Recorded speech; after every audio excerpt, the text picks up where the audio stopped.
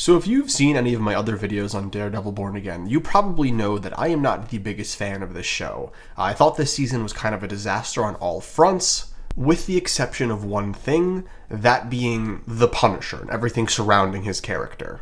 And what makes this so kind of odd and why I'm making a video on this to begin with is everything surrounding the Punisher in this season is like suspiciously well done. This season of television was most definitely marketed as a continuation or the season 4 of the Netflix Daredevil show. And while I believe that every other character and plotline was a definite miss in terms of being a successor, the Punisher kind of feels like a good successor. But oddly enough, I don't think this is from the writing team. I don't think they just wrote a bunch of masterful scenes for the Punisher. I think a majority of this great content actually comes from the actor Jon Bernthal. So originally he said he wasn't going to be coming back to be in Daredevil Born Again because he didn't believe in the script, he didn't believe in the story that they were telling, but something happened along the way for him to come back. And my hunch here is that the circumstances for him coming back to play this character was that he was the only one that got true creative freedom with the character. There aren't really any major changes to his character, there isn't any funny business, it's just the Punisher like we knew him. By far the best scene in Daredevil Born Again was when Matt goes to confront the Punisher about the Hector Viola case, and they have another debate regarding philosophy. And this scene, this debate basically boils down to more or less the same conversation they had on the rooftop, but the goalposts have been moved to different subject matters. Matt is basically trying to grapple with his emotions and his feelings of losing Foggy and how he feels about Bullseye getting life in prison, while the Punisher is basically pushing him, saying that he knows that he is really feeling it.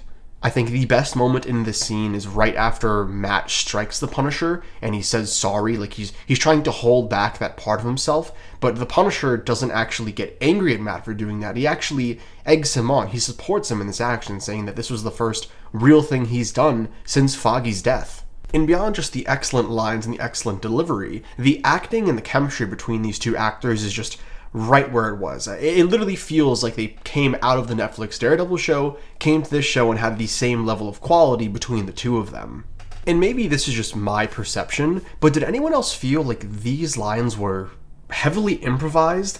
I don't know, something about them just spoke to, these were just two men, two characters, two individuals talking about something that they both really care about and just letting it all out there.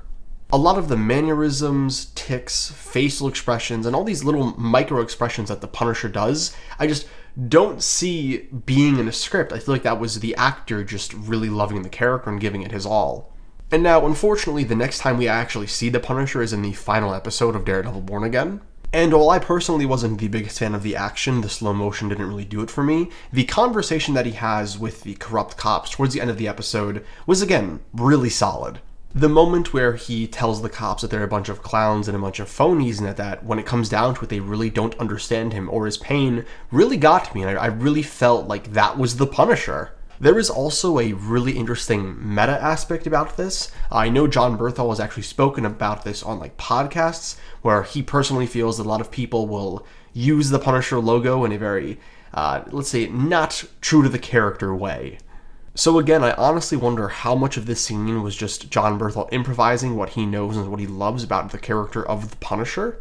And for what it's worth, they are definitely teasing a Punisher spin-off TV show, and while I don't know how good it will be overall, I am kind of excited for it.